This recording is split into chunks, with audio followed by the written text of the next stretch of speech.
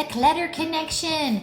You guys know, because I talk about Cassandra Aarssen all the time in the Loving Your Home Club, that I love her.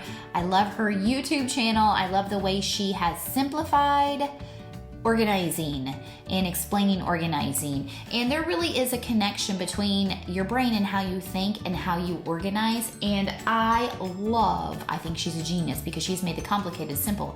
She's just broken it down into 4 different categories. I've already read this book, listening to it again in Audible. So I just want to talk about the first couple chapters. And also I do love in the book how she gives you pictures and shows you the difference of if you are a bee or a butterfly or a cricket or a ladybug, how your space may look a little different or a lot different because you function differently.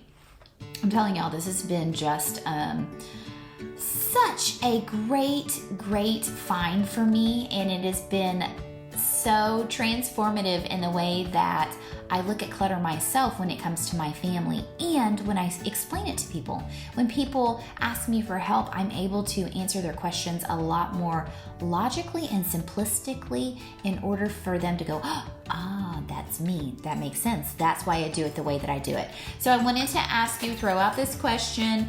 She puts in here a little, I want to quote her, somewhere in here, just, right here in the very first part. So being naturally messy is a myth. You are not messy. Everyone just organizes differently. So I would like to throw that out there as a question to you. Do you believe that? What do you think? Do you think that some people who appear to be messy are not necessarily messy, they just haven't figured out how to organize yet? Or are there really messy and lazy people out there who just could care less? I'm really curious to know what you think about that, because that is a very general question. So really, she's saying that there's no such thing as a messy, lazy person. I'll tell you what I think.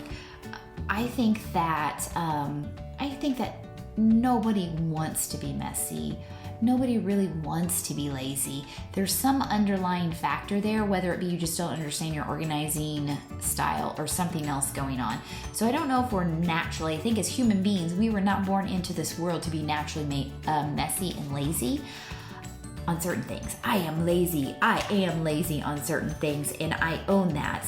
So I think there are some, anyway, there's a lot of conversation that can be had around that. But when you do know what your organizing style is and you have figured it out, and you still don't put systems into place and you don't take that step to make it happen for you, I don't know. I'm being a little judgy here, but that almost seems lazy. It's like this book gives you the answer. All you gotta do is flip to, if you have discovered after taking the quiz and kind of analyzing yourself, if you're a butterfly, open up to chapter 3 and she breaks it down for you and explains to you, even with pictures, there's pictures in there of what you can do and what your space may look like. And we've got some butterflies in the club. So have you read this chapter yet? Have you looked and dived into what it is that, may be stopping you from dealing with your clutter? And after you know all the information and you know this stuff is going to make you feel a little better or function better, and you still don't put it into play and you still don't do it, I wonder what that mental block is. I wonder why you haven't put it into practice. Is it laziness? Is it fear? It all comes down to fear. I think it's fear of something. Fear of failure, fear of not doing it correctly. Maybe you're a perfectionist. You can be a perfectionist butterfly, most definitely. My dog is barking now. I'm going to try to ignore him. Hopefully you can't hear him. So lots of things to talk about as a group as far as this book goes.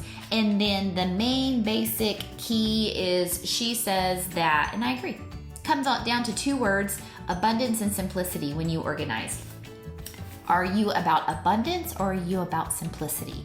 And then that gets broken down into the 4 different types. So I am about abundance. Just abundance, I think, all around.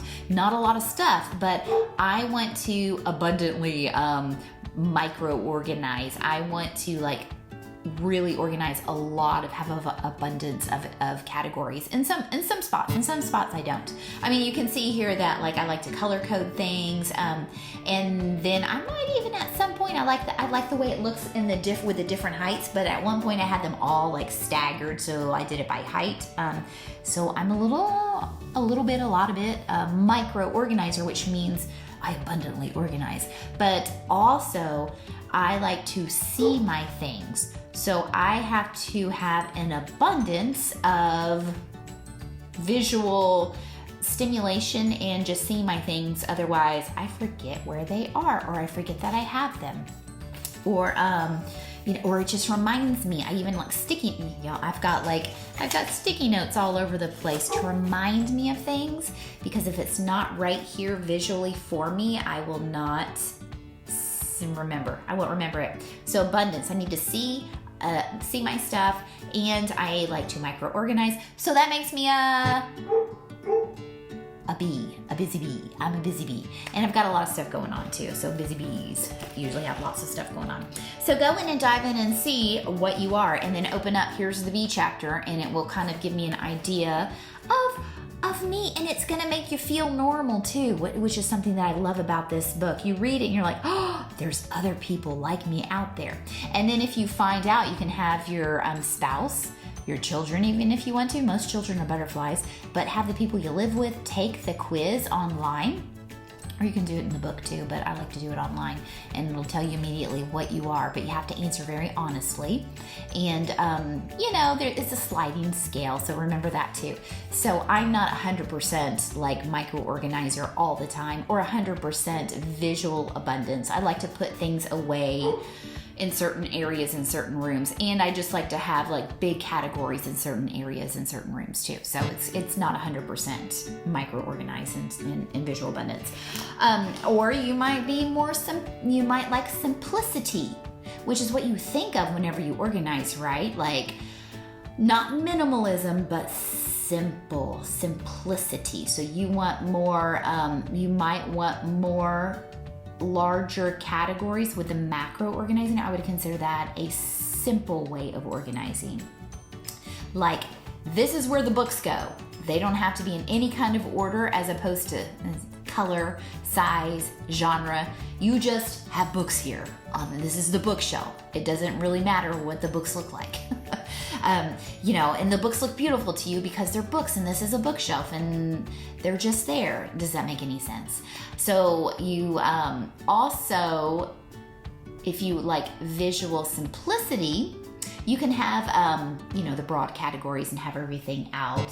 And then, but visual simplicity means that you may not want a bookshelf. You might want to have it behind closed doors. So this actually came with a door on it, but I like to see things, so I took the door off and made it into a shelf. So this was like a little wardrobe thing. So you probably would prefer, maybe you'd like to have your books covered up, or whatever it is. It doesn't have to be books, maybe, And again, sliding scale. So visual simplicity, organizing simplicity, visual abundance, organizing abundance, and then however that falls into the categories determines what clutter bug you are, according to Cassandra. And I think she is probably 90% correct in this. I think that she probably hits the nail on the head every time with even your personality and characteristics that go along with your organizing style.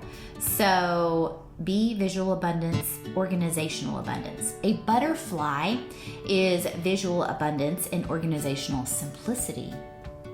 A ladybug has visual simplicity and organizational simplicity. And a cricket has visual simplicity and organizational abundance. Okay, so what's that? I don't know what page that's on.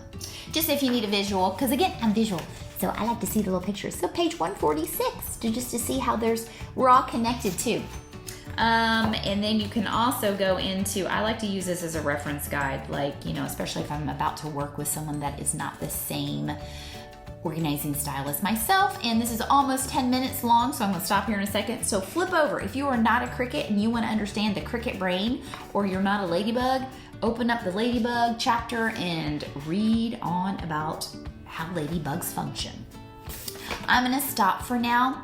If you would like to input anything in, my question is, what do you think about that? Do you think that there is no such thing as a messy person?